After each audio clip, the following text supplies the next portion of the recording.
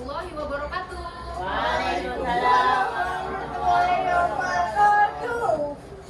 Apa kabar hari ini? Baik. Baik semua ya. Hari ini kita akan membuat keyakinan kelas.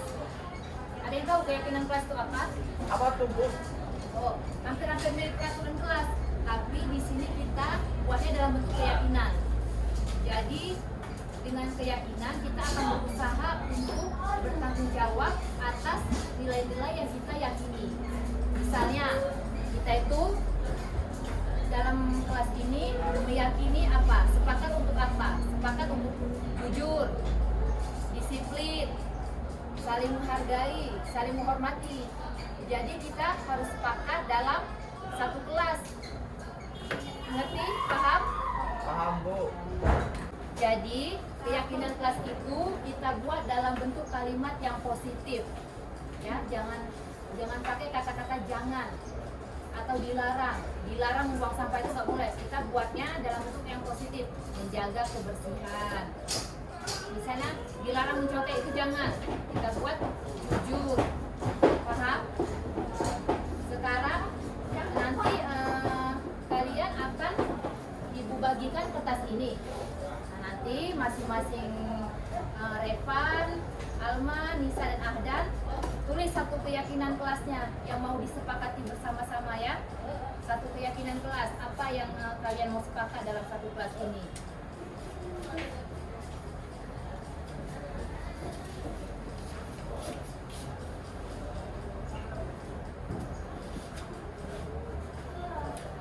Ditulis dalam kertasnya, nanti ditempelkan di papan tulis keyakinan kelasnya. Apa?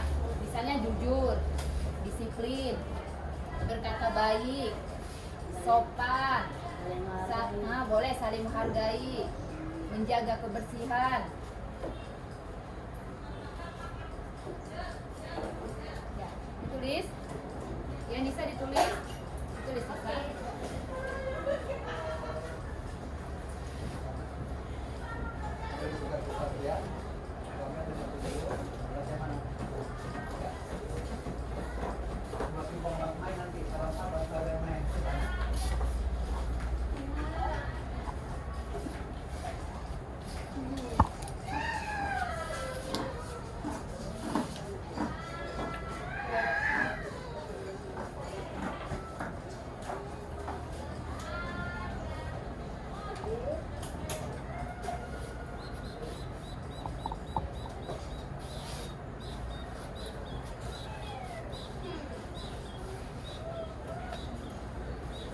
Oke, bagaimana sudah? Kalau sudah, tempelkan di sini, di papan. Dulu ya.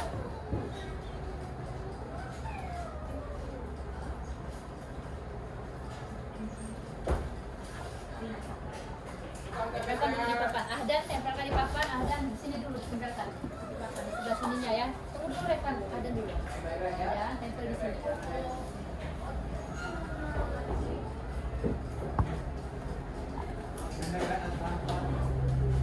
Sekarang Revan, tempelkan di sini.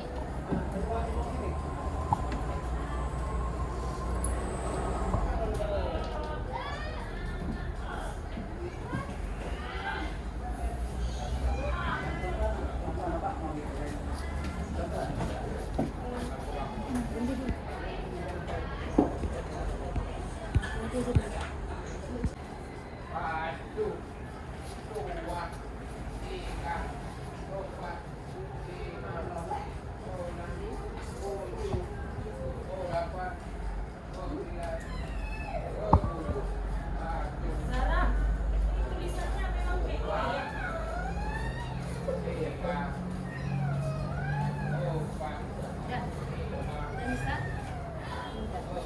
Sekarang Alma tempel di sini. Ya. Sekarang Nisa.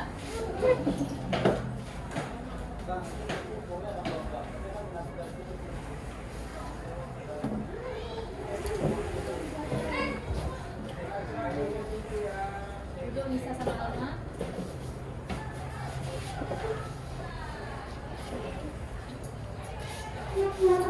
Sekarang kita sudah punya 4 keyakinan kelas, yaitu saling menghargai, menjaga kebersihan, jujur, dan disiplin. Kita sini dulu ya, jujur.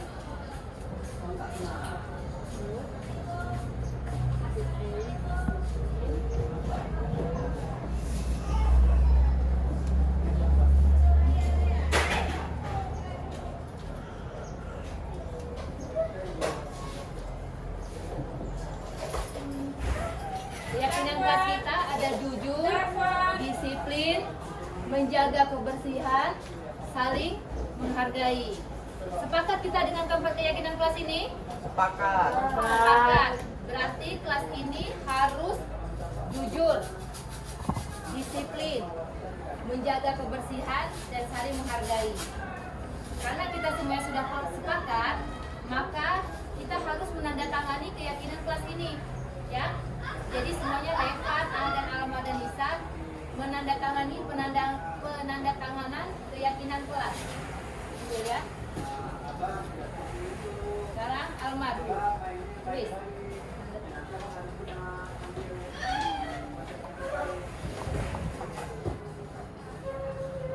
Nomor 1, Alma. Tanda tangan. Tanda tangan Alma. Alma, tanda tangan boleh. Nomor 2. Ya. 2.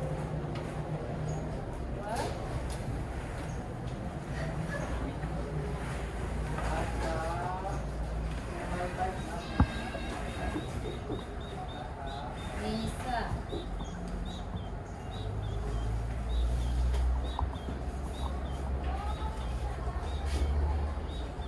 Nisa. Tanda tangan. Boleh juga nama Nisa.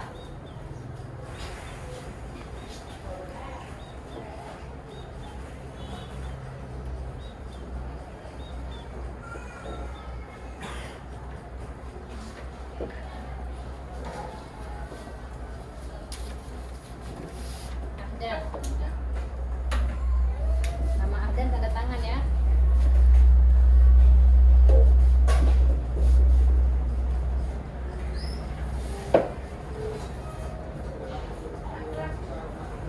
Tanda tangan Ahdan.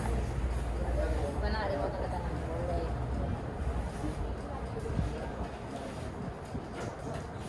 Sekarang Revan.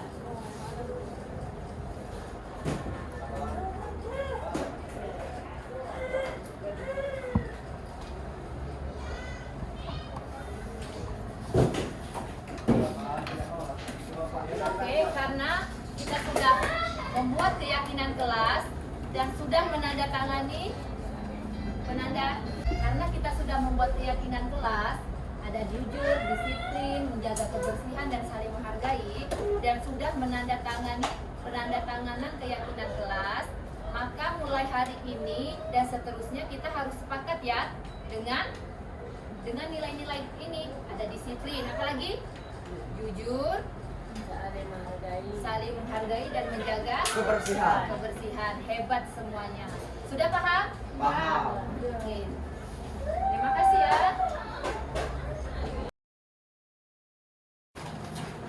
Ahdan, bagaimana perasaannya setelah membuat keyakinan kelas? Tentang apa senang? Iya. Terima kasih Ahdan. Revan, bagaimana perasaannya setelah membuat keyakinan kelas? Senang, Bu. Senang. Kenapa senang? Karena bisa menjadi lebih baik lagi. Oke, terima kasih ya Revan. Sama-sama.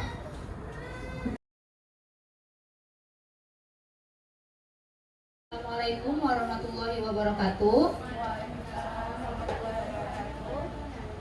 Terima kasih kepada rekan guru yang telah menyempatkan waktunya untuk kegiatan saya diseminasi budaya positif bersama rekan sejawat di sekolah untuk pemenuhan tugas calon guru penggerak angkatan 8 bersama saya Rashika Burhani Nasution.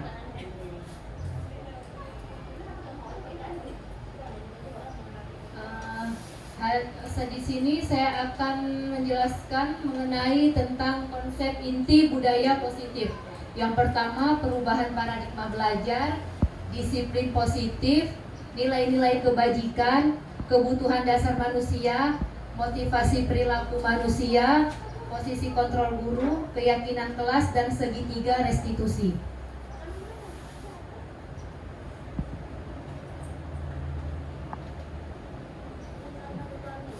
Pertama, mengubah paradigma stimulus respon ke pendekatan teori kontrol.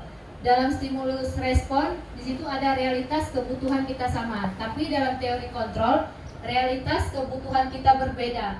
Maksudnya di sini dalam satu kelas anak itu kan kebutuhannya berbeda meskipun dalam satu kelas itu berbeda-beda. Untuk yang kedua, stimulus respon. Semua orang melihat yang sama. Namun dalam teori kontrol, setiap orang memiliki gambaran berbeda. Karena kebutuhannya berbeda, maka gambarannya berbeda. Maksudnya harapan ke depannya itu berbeda.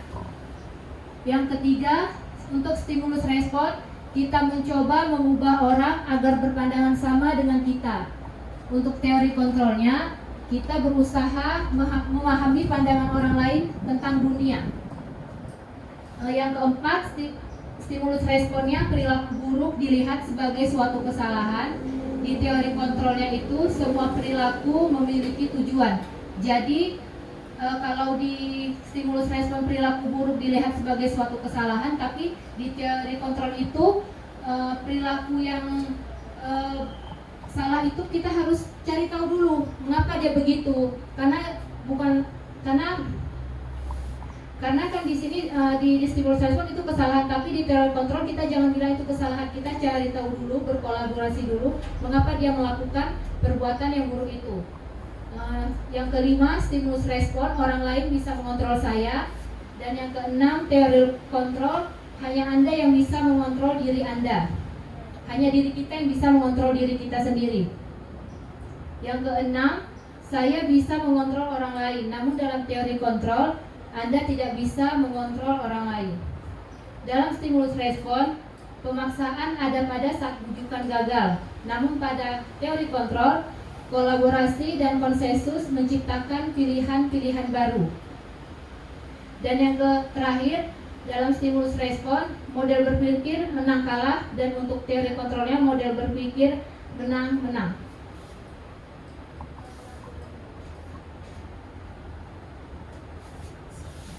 Disiplin positif. Nah, di sini disiplin berasal dari kata disiplina yang artinya belajar. Jadi disiplin di sini bukan aturan ya, tapi sebenarnya itu berasal dari kata disiplina yang artinya belajar. Disiplin mengacu pada disiplin diri yang memiliki tanggung jawab terhadap apa yang dilakukannya berdasarkan nilai-nilai yang diyakini. Jadi dengan nilai-nilai yang diyakini, dia tuh harus bertanggung jawab terhadap nilai-nilainya gitu. Jadi itu termasuk dalam disiplin diri. Nah, disiplin positif merupakan salah satu cara penerapan disiplin yang bertujuan untuk menumbuhkan kesadaran serta memberdayakan peserta didik tanpa imbalan, penghargaan atau reward, ancaman atau hukuman. Nah, disiplin positif ini adalah anak-anak melakukan sesuatu itu karena motivasi intrinsik, motivasi dari dalam diri. Jadi bukan karena imbalan ataupun reward, bukan karena ancaman atau hukuman. Jadi dia melakukan disiplin positif itu karena memang dari motivasi dirinya sendiri, bukan dari motivasi eksternal.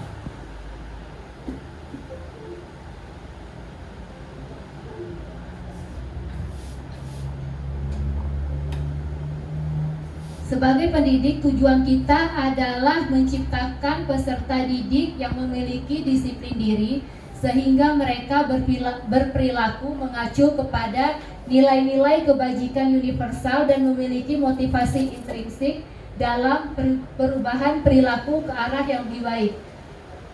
Jadi mereka itu melakukan sesuatu karena memang dari motivasi intrinsiknya, motivasi dari dalam diri untuk berubah menjadi lebih baik lagi.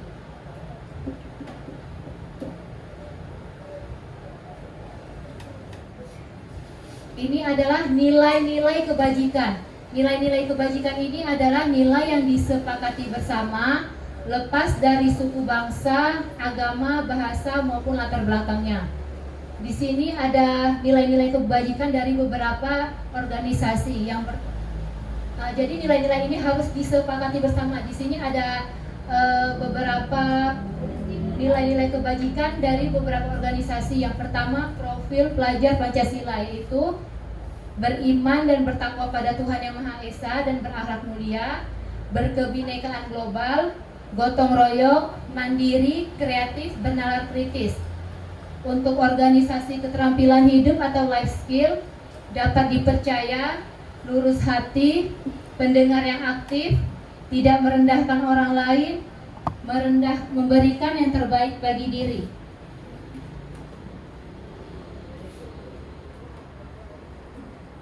Ini juga dari organisasi Ibo Primary Years Program. Ada toleransi, rasa hormat, integritas, mandiri, menghargai, antusias, empati, keingintahuan, kreativitas, kerjasama, percaya diri, dan komitmen.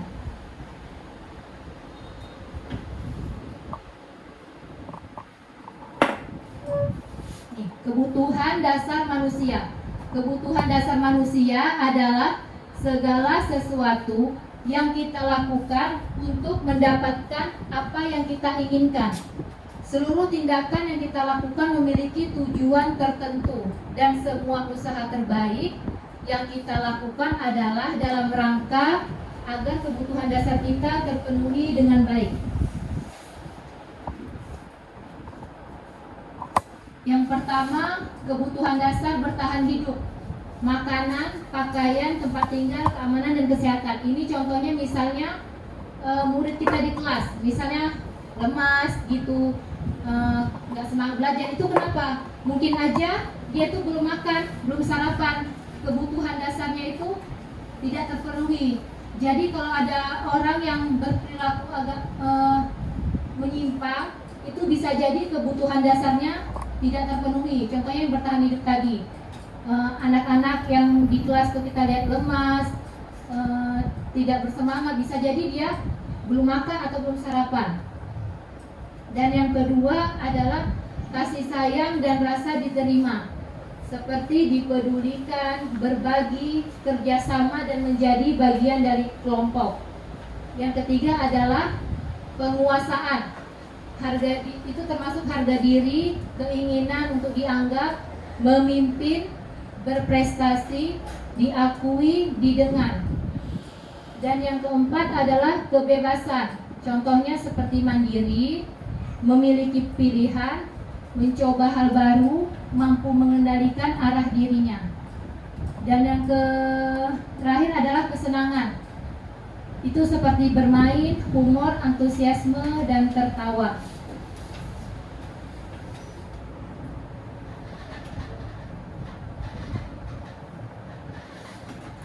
Untuk motivasi perilaku manusia, pertama, motivasi ekstrinsik. Itu dilakukan karena untuk menghindari ketidaknyamanan atau hukuman. Yang kedua, untuk mendapatkan imbalan atau penghargaan dari orang lain. Dan yang kedua adalah motivasi intrinsik, untuk menjadi orang yang mereka inginkan dan menghargai diri sendiri dengan nilai-nilai yang mereka percaya. Di sini contohnya misalnya murid kita itu datang ke sekolah tepat waktu. Itu kenapa? Apa karena motivasi intrinsik atau ekstrinsik? Misalnya dia untuk mendapatkan imbalan atau pujian, berarti itu masih termasuk motivasi ekstrinsik. Belum ada kesadaran dari dirinya untuk datang tepat waktu dari dalam diri, hanya ingin mungkin mendapat pujian dari gurunya atau takut karena hukuman. Itu karena motivasi ekstrinsik. Jadi ada dua, ada motivasi ekstrinsik, ada motivasi intrinsik.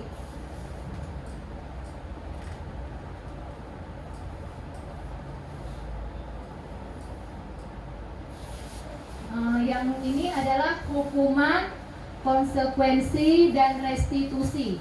Pertama, hukuman, yaitu tidak terencana, tiba-tiba. murid tidak tahu apa yang akan terjadi atau tidak dilibatkan, bersifat satu arah, berupa hukuman fisik atau psikis. Jadi di sini hukuman, misalnya ada murid yang datang terlambat, kita kasih hukuman mungkin lari keliling lapangan 2 kali.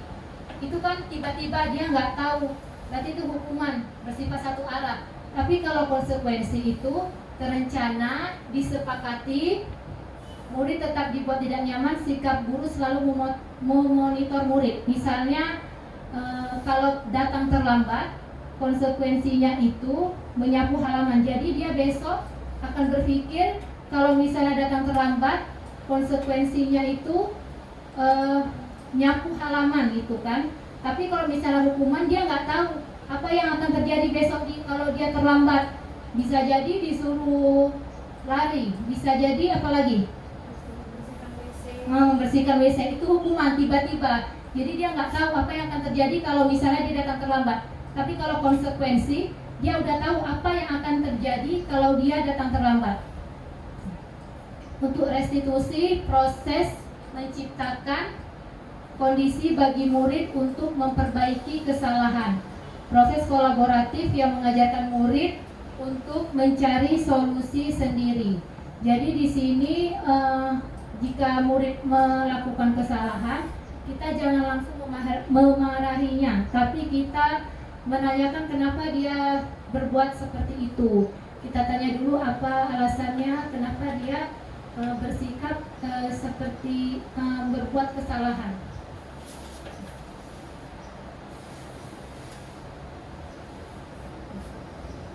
Di sini ada 5 posisi kontrol guru. Di sini kita akan mengetahui posisi kita ada di mana. Bisa kita sebutkan sama-sama posisinya? Apa? Penghukum, pembuat merasa bersalah, teman, pemantau, dan manajer. Untuk lebih jelas lagi kita simak videonya.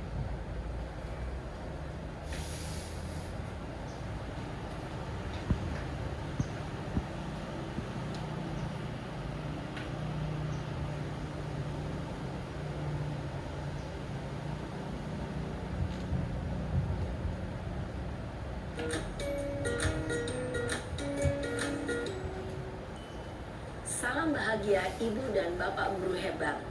Dalam penerapan disiplin positif restitusi, salah satu program yang dikembangkan adalah 5 posisi kontrol.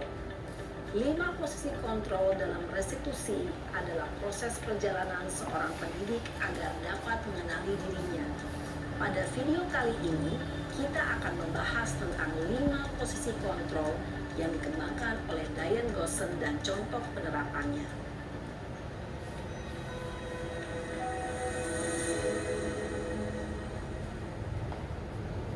5 posisi kontrol itu adalah 1. Posisi penghukum, 2. Posisi pembuat merasa bersalah, 3. Posisi teman, 4. Posisi pemantau atau monitor, dan 5. Posisi manajer. Untuk lebih memahami kelima posisi tersebut, mari kita saksikan kasus Naren yang terlambat hadir 20 menit di sekolah dan melihat bagaimana kelima posisi kontrol dalam menghadapi masalah tersebut.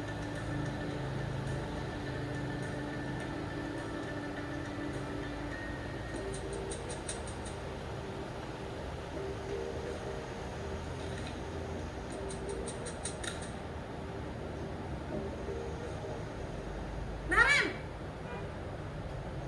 Sini kamu! Selamat pagi, Bu.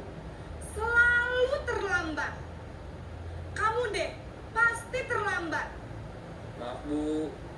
Saya... Apa? Apa coba? Alasan kamu apa lagi? Kapan sih kamu tidak terlambat? Malas sekali ya kamu jadi anak. Saya... Dasar pemalas. Gak kapok-kapok sih kamu. Sudah berapa kali terlambat? Sana, kamu keliling lapangan basket 2 kali. Kenapa saya harus keliling lapangan basket, Bu? Kenapa? Kamu melawan ibu? Berani-beraninya jawab Sudah terlambat, masih berani jawab pula. Sekarang, keliling lapangan basket 5 kali sekalian. Biar kapok. Cepat. Pergi sana ke lapangan basket. Posisi penghukum biasanya berbicara dengan nada tinggi, menghardik, menunjuk-nunjuk, menyakiti, dan menyindir. Hukuman bisa berupa fisik maupun psikis. Ibu dan bapak guru hebat. Dampak yang terjadi pada murid ketika guru berada pada posisi penghukum adalah murid cenderung akan memberontak, bahkan menyimpan dendam.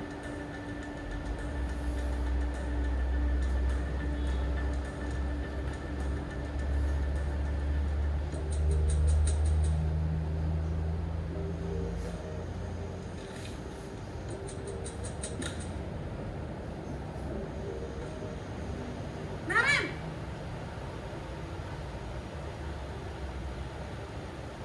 Selamat pagi, Bu. Naren.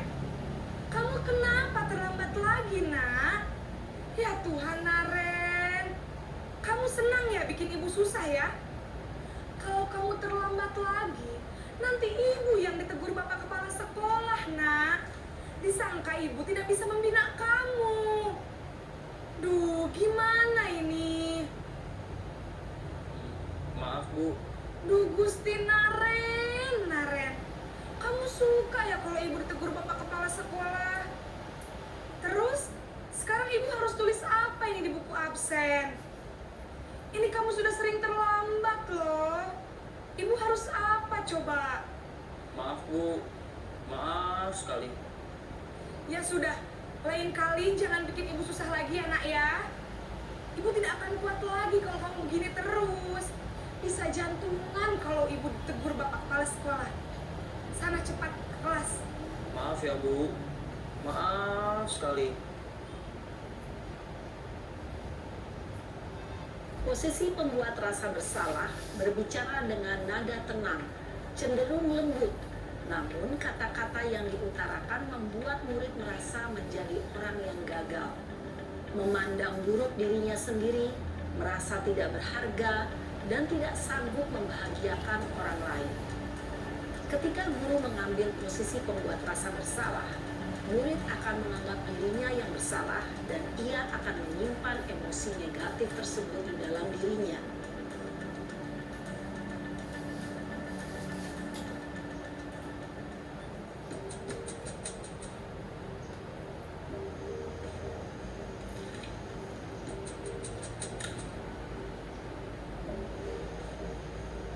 Naren,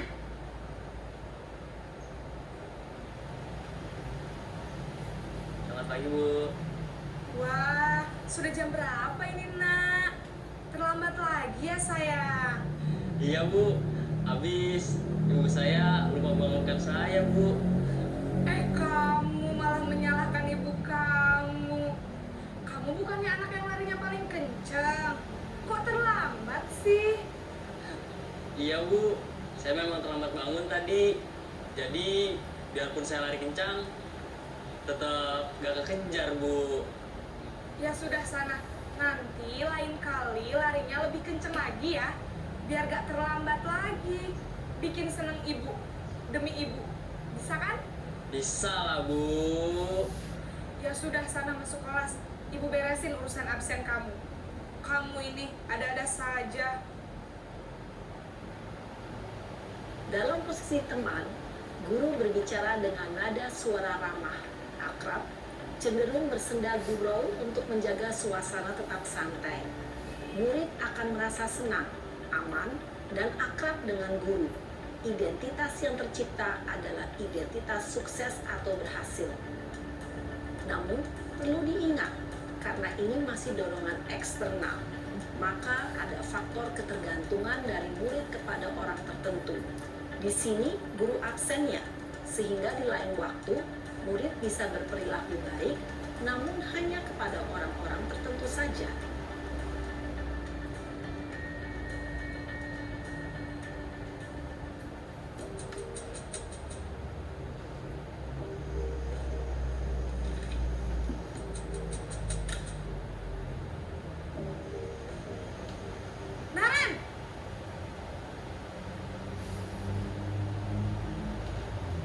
pagi, Bu. Naren, apa peraturan sekolah kita tentang jam berapa kita harus masuk sekolah, nak? Kita harus di sekolah jam 7, Bu. Iya, betul. Sekarang sudah jam 7.20. Naren sudah tahu konsekuensinya jika terlambat hadir. Paham, Bu. Saya harus tinggal kelas pas jam istirahat selama 20 menit. Iya, benar. Konsekuensinya demikian. Jadi nanti jam 9.30 pas istirahat, kamu harus tinggal di kelas, kerjakan tugas tambahan untuk ketertinggalan kamu, ya? Baik, Bu. Posisi pemantau mengandalkan penghitungan atau data untuk mengontrol murid. Guru mengarahkan murid berdasarkan peraturan dan konsekuensi. Seorang pemantau menunjukkan bahasa tubuh dan ekspresi wajah yang datar dan cenderung formal.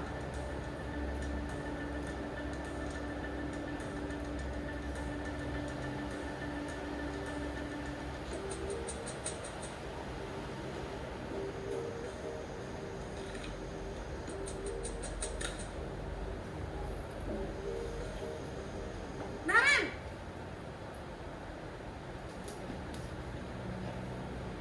Selamat pagi, Bu. Selamat pagi, Naren. Maaf, Bu. Saya terlambat. Iya, sekolah masuknya jam 7, sekarang sudah jam 7.20. Jadi sekarang bagaimana ini, Naren? Maaf, Bu. Saya lupa setel alarm saya semalam. Baiklah, menurut kamu, keyakinan sekolah yang mana yang perlu kamu tingkatkan? Menghargai diri sendiri dan orang lain mungkin ya, Bu. Setuju. Jadi, apakah Naren meyakini prinsip saling menghormati tersebut? Iya, Bu. Saya meyakininya. Apakah Naren bersedia memperbaiki masalah keterlambatan ini? Bersedia, Bu. Bagaimana kamu akan perbaiki masalah keterlambatan ini? Saya akan coba untuk tidak lupa menyetel alarm saya, Bu. Baik, kalau Naren lupa menyetel alarm di rumah, ada orang yang kira-kira bisa bantu mengingatkan tidak? Ada, Bu. Kakak saya, Kak Emma. Ada lagi selain Kak Emma? Selain Kak Emma, ada ibu saya. Baik, jadi yang mengingatkan Naren adalah Kak Emma dan ibu kamu, ya? Kira-kira akan mulai setel alarm kapan nih, Naren? Setelah pulang sekolah, akan segera saya lakukan. Baik, jadi Naren akan setel alarm untuk bangun besok pagi dan akan diingatkan oleh kakak dan ibunda Naren, ya? Ada lagi yang mungkin perlu dilakukan, Naren? Agar tidak terlambat bangun lagi. Tidak ada, Bu. Baik, Naren. Terima kasih untuk kerjasama kamu. Sekarang kamu perlu kembali ke kelas untuk belajar. Baik, Bu. Terima kasih. Posisi manajer adalah posisi kontrol yang disarankan untuk membimbing murid memiliki sikap disiplin yang positif, yaitu murid yang mandiri, bertanggung jawab, dan dapat memecahkan masalah. Tujuan dari posisi ini adalah agar murid dapat berefleksi atas tindakannya. Guru akan dengan tulus memberikan pertanyaan-pertanyaan bermakna, sehingga membuat murid dapat belajar dari kesalahannya dan mencari sebuah solusi untuk menyelesaikannya. Ibu dan bapak guru hebat, setelah mengamati adegan kelima posisi kontrol tadi, kira-kira posisi mana yang paling ideal? Posisi mana yang dapat menunjang motivasi intrinsik murid? Ya, tentu posisi manajer. Posisi ini memang posisi ideal yang ingin dituju setiap pendidik. Pada posisi inilah, guru dapat menerapkan disiplin positif yang berpihak pada murid, yang memerdekakan murid. Perjalanan seorang pendidik tentunya tidak mudah untuk sampai pada posisi seorang manajer. Namun, tujuan kita pasti, yaitu menciptakan murid-murid yang mandiri, merdeka, dan bertanggung jawab. Semoga penggambaran 5 posisi kontrol yang telah diperlihatkan ini dapat menjadi ajang refleksi bagi kita semua, agar dapat terus mengasah dan menerapkan disiplin positif yang memerdekakan murid. Mari terus berlatih dan bersemangat. Selamat menerapkan. Salam dan bahagia, Ibu dan Bapak Guru hebat.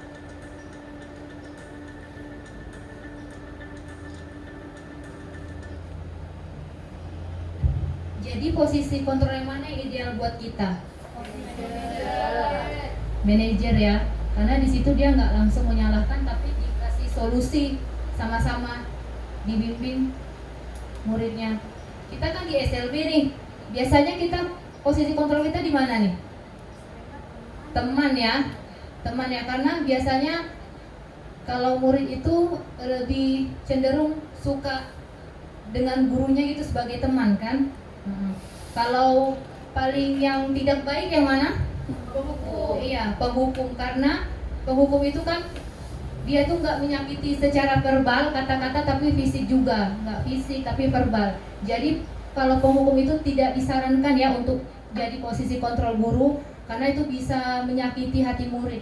Karena murid kan sensitif ya, murid-murid kita. Dan yang ini pembuat merasa bersalah kurang cocok ya, pembuat merasa bersalah. Dan pemantau juga, kalau pemantau itu kan kasih konsekuensi juga, kurang cocok juga. Jika terlambat, kamu nanti lanjutkan tugasnya. Jadi yang paling ideal, ya, paling ideal itu ya, kalau di sini kita teman ya, masih teman, tapi diusahakan untuk kedepannya dicoba untuk manajer, posisi kontrol manajer. Tapi ya nggak langsung secepat itu, kita kan masih belajar, masih sama-sama belajar di sini.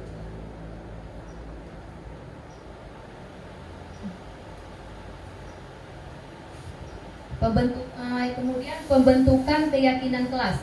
Pembentukan keyakinan kelas itu yaitu bersifat abstrak, berupa pernyataan universal, dibuat dalam pernyataan positif, sedikit saja agar mudah diingat, sesuai dengan kondisi kelas dan sekolah sehingga mudah diterapkan. Semua warga kelas atau sekolah dilibatkan saat membuat keyakinan kelas. Keyakinan kelas ini hampir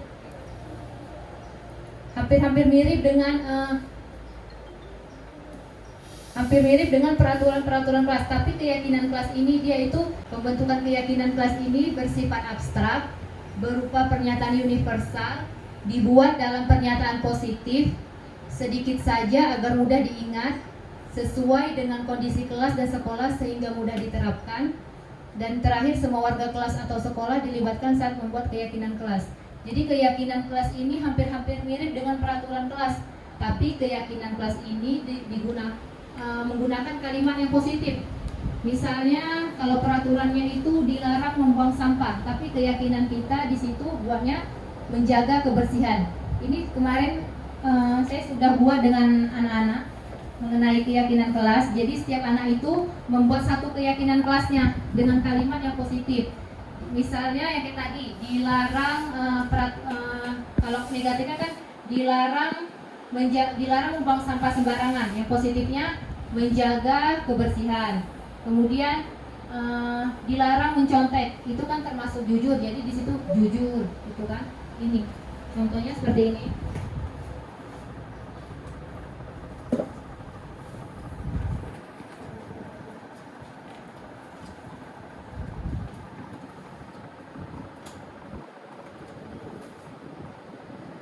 Di sini keyakinan kelasnya jujur, disiplin, menjaga kebersihan, dan saling menghargai. Di situ semuanya kalimatnya positif. Jangan buat dilarang mencontek, dilarang membuang sampah sembarangan, dilarang mengejek, nggak boleh. Keyakinan kelas itu kita gunakan di kelas dengan kalimat-kalimat yang positif. Jadi murid itu dengan ada keyakinan kelas, murid itu meyakini agar dia bertanggung jawab dengan keyakinan yang sudah dibuat. Jadi sepakat ya, satu kelas ini harus jujur, disiplin, menjaga kebersihan, dan saling menghargai. Setelah mereka menulis kan ditempelkan di kertas karton seperti ini, habis kemudian ditempelkan di dinding agar mereka setiap hari harus meyakini nih, karena ada dibuat sepakat, karena keyakinan kelas ini sudah disepakati, jadi harus sepakat mereka dengan keyakinan kelas yang sudah dibuat sendiri dan disepakati bersama. Terima kasih Bu Ayu. Setelah mereka membuat keyakinan kelas ini karena sudah sepakat, kemudian mereka harus menandatangani keyakinan kelas. Karena mereka sudah sepakat, mereka harus menandatangani keyakinan kelas. Ada yang ingin ditanyakan sampai sini? Dari pertama sampai akhir? Dan ini kemudian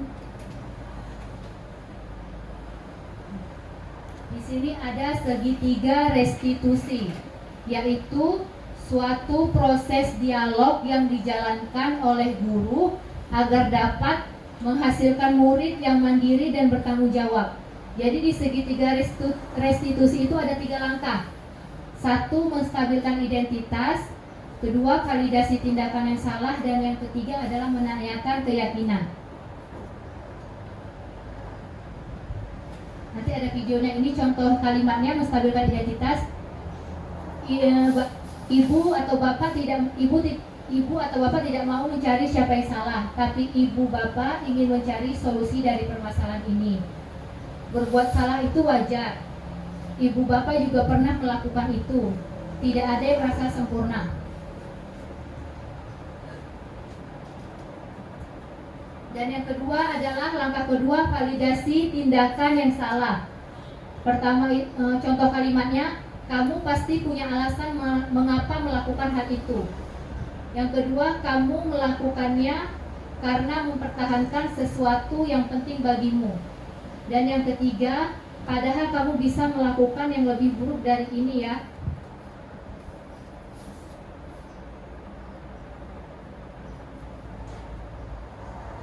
Dan yang keempat adalah menanyakan keyakinan.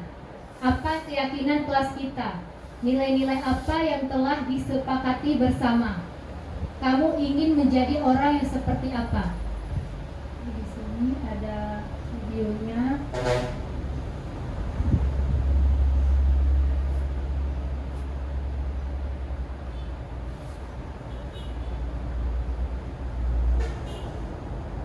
Di sini penerapan segitiga restitusi.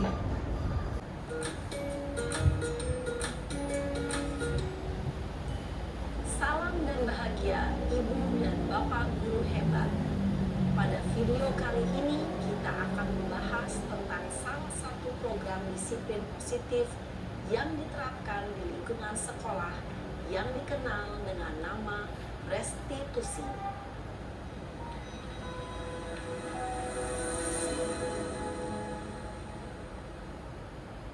Restitusi dikembangkan oleh pakar pendidikan Diane Gosson, berlandaskan pada teori kontrol Dr. William Glasser. Segitiga restitusi adalah suatu proses dialog yang dijalankan oleh guru atau orang tua agar dapat menghasilkan murid yang mandiri dan bertanggung jawab. Pada saat guru di posisi manajer, aspek yang dikembangkan pada murid adalah motivasi intrinsik, sehingga penanaman nilai-nilai kebajikan dapat tumbuh dan berkembang menjadi suatu kebiasaan positif yang akhirnya membentuk karakter murid. Proses dialog ini terdiri dari 3 langkah yang digambarkan pada ketiga sisi pada segitiga restitusi. Sisi pertama adalah menstabilkan identitas. Sisi yang kedua adalah validasi tindakan yang salah. Dan sisi yang ketiga adalah menanyakan keyakinan. Ibu dan Bapak guru, berikut ini akan ditunjukkan bagaimana seorang guru berada dalam posisi manajer menggunakan penerapan segitiga restitusi.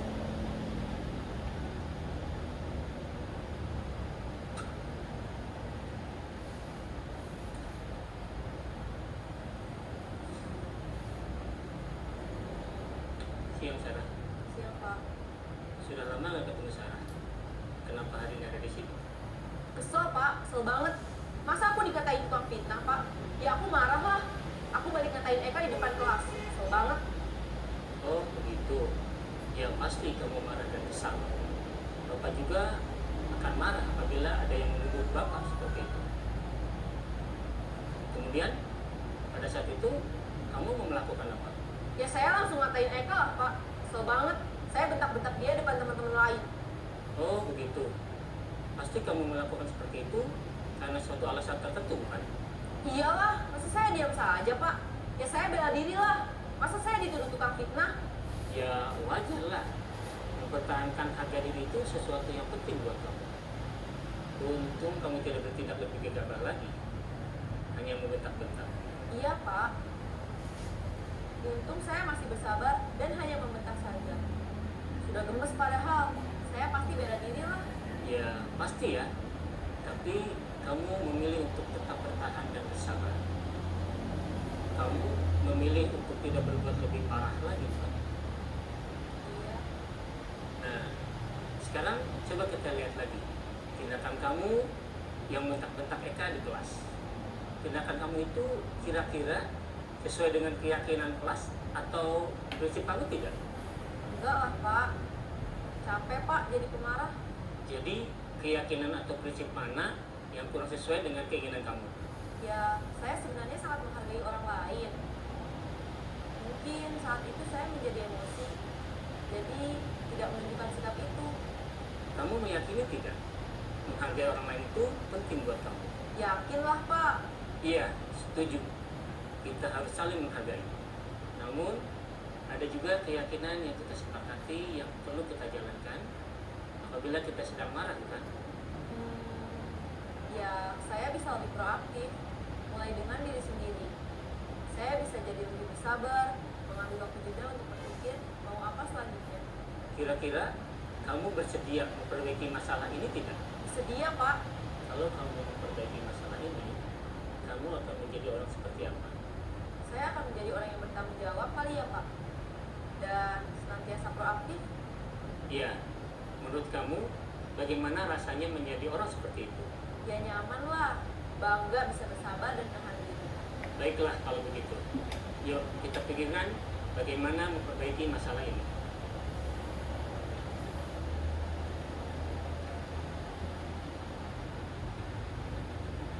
Ibu dan Bapak guru hebat. Baru saja kita menyaksikan contoh bagaimana seorang guru berada dalam posisi manajer menggunakan penerapan segitiga restitusi. Mari kita bahas satu persatu.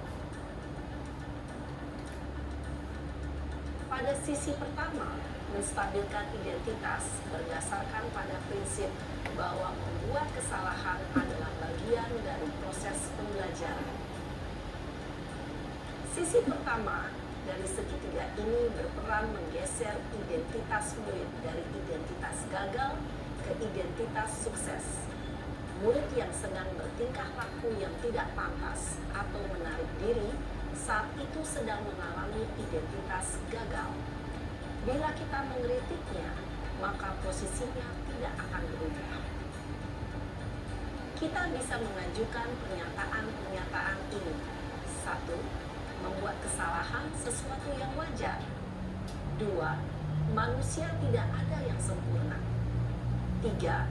Kita bisa memperbaiki masalah ini. 4. Saya tidak menanyakan kesalahannya. Saya lebih fokus bagaimana memperbaiki masalah ini. 5. Apakah saat ini kamu tengah menjadi orang yang baik untuk dirimu sendiri? Pada sisi kedua, validasi tindakan yang salah berlandaskan pada prinsip bahwa setiap perilaku berupaya memenuhi suatu kebutuhan tertentu. Guru yang telah memahami teori kontrol akan bergeser dari pemikiran stimulus respon menjadi proaktif dan mencoba untuk mengenali tujuan dari perilaku murid, mengenali dan mengakui kebutuhan murid ini dapat memperbaiki hubungan dengan murid tersebut. Pernyataan atau pertanyaan bisa disampaikan dengan nada suara tidak menghakimi atau memojokkan, sehingga dapat mengembalikan murid pada posisi positif. 1. Kamu bisa saja bertindak lebih gegabah lagi dari ini. 2. Kamu bukan melakukannya tanpa suatu alasan tertentu. 3. Kamu melakukannya karena mempertahankan sesuatu yang penting bagimu. 4. Mungkin kamu bisa mempelajari suatu perilaku baru yang lebih efektif. Bersediakah kamu mempelajarinya? Selanjutnya, kita akan simak sisi terakhir, yaitu menanyakan keyakinan. Teori kontrol menyatakan bahwa pada dasarnya kita termotivasi secara intrinsik.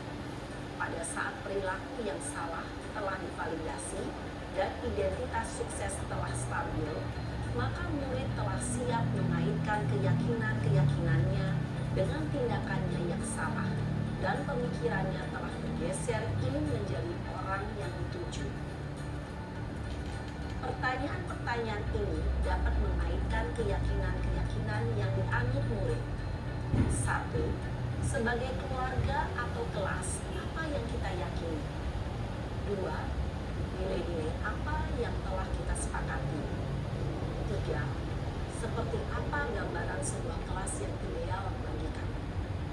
4. Kamu ingin menjadi orang seperti apa?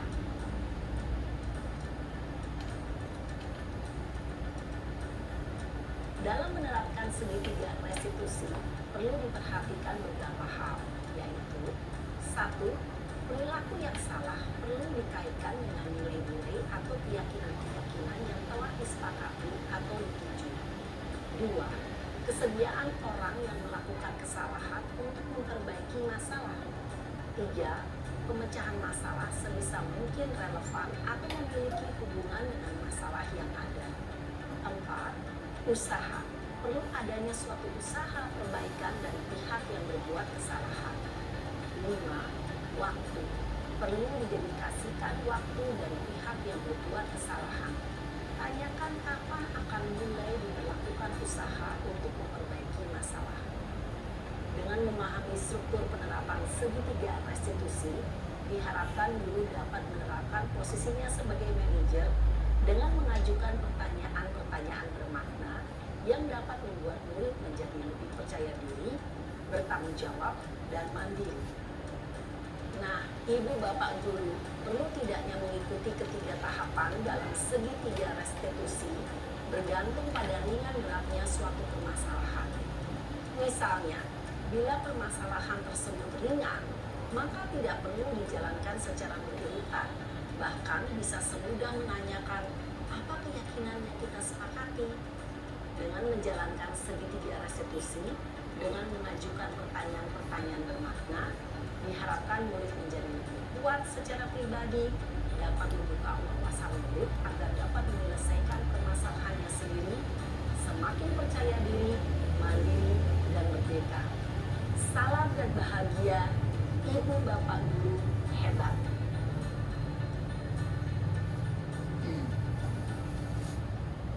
Di dalam segitiga restitusi ini, kalau murid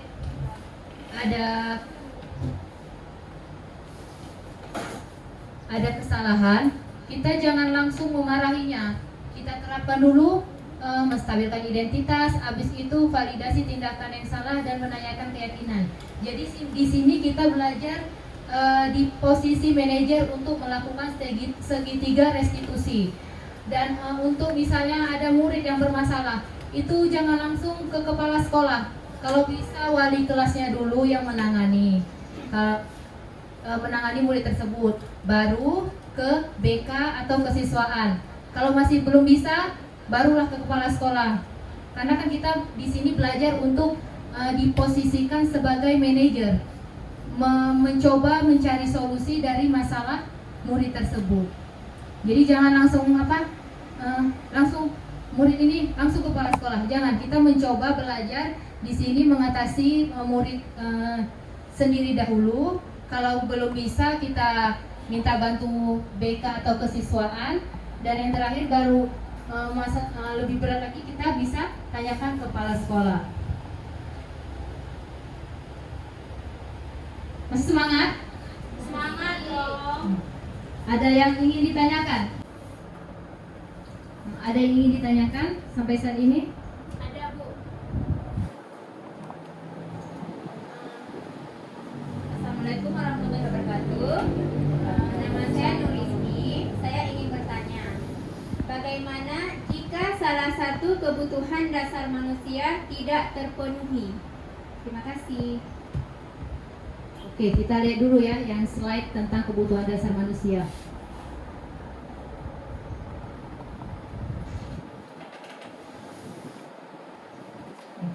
Kebutuhan dasar manusia ada bertahan hidup, kasih sayang, penguasaan, kebebasan, dan kesenangan.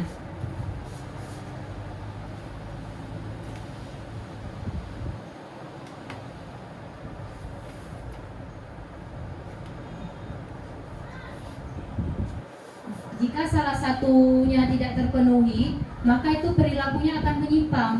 Yang kayak tadi saya bilang, misalnya murid ada yang lemas di kelas, itu kan berarti dia bisa jadi belum makan atau belum sarapan. Terus misalnya kita lihat orang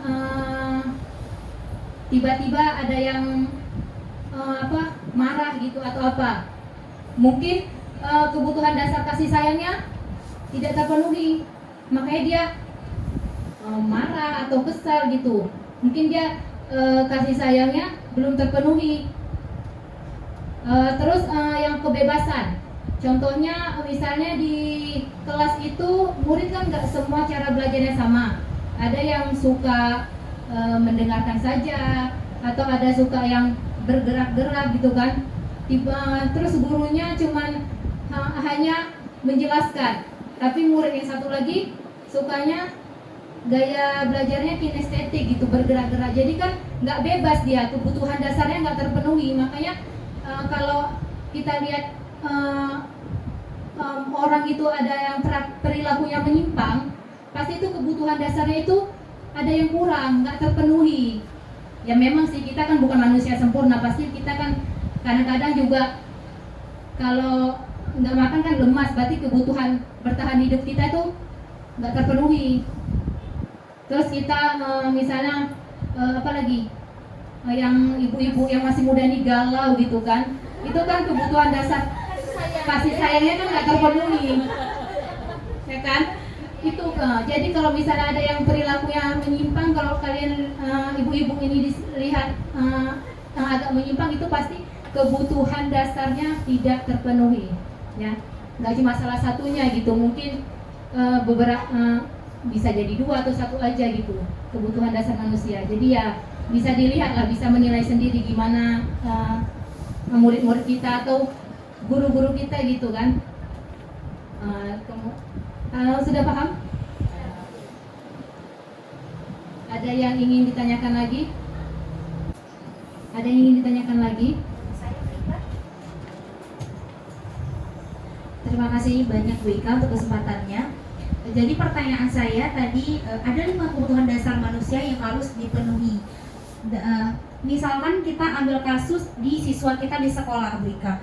Bagaimana peran kita sebagai seorang guru SLB ketika ada salah satu dari siswa kita itu yang tidak terpenuhi 5 kebutuhan dasarnya? Misalkan tidak terpenuhi kasih sayang dan rasa diterima atau kesenangannya. Apa yang perlu kita lakukan sebagai seorang guru untuk memenuhi 5 kebutuhan dasar manusia ini? Terima kasih Bu Ika. Baik, terima kasih Bu Oja. Jika salah satu anak di sekolah kita tidak terpenuhi salah satu kebutuhan dasarnya, misalnya kasih sayang. Biasanya kan anak-anak itu kan suka cari perhatian ya, dengan guru-gurunya tantrum gitu, suka cari perhatian. Maka di sini kita sebagai guru kan mengadakan pertemuan dengan wali murid, dengan orang tua, dengan melakukan assessment. Kita tanyakan bagaimana anak ini di rumah, bagaimana waktunya dengan orang tua, apa saja yang dikerjakan di rumah, kenapa di rumah itu kasih sayangnya itu berkurang gitu, kenapa berkurang, kenapa harus cari-cari perhatian di sekolah. Kita kan mengadakan pertemuan orang tua, jadi dalam pertemuan itu kita tanyakan sama orang tuanya seberapa besar waktu yang diluangkan orang tua untuk anaknya, agar anak tersebut terpenuhi kebutuhan dasarnya, yaitu kasih sayang. Begitu menurut saya Bu Oja. Terima kasih Bu Oja. Ada lagi yang ingin ditanyakan? Oke, sudah? Oke. Terima kasih.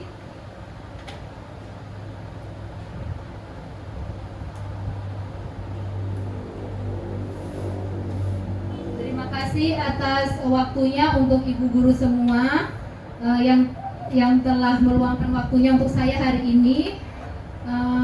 Mohon maaf kalau misalnya masih ada kurangnya. Di sini saya masih belajar. Akhir kata setelah kita melaksanakan kegiatan ini, kita ucapkan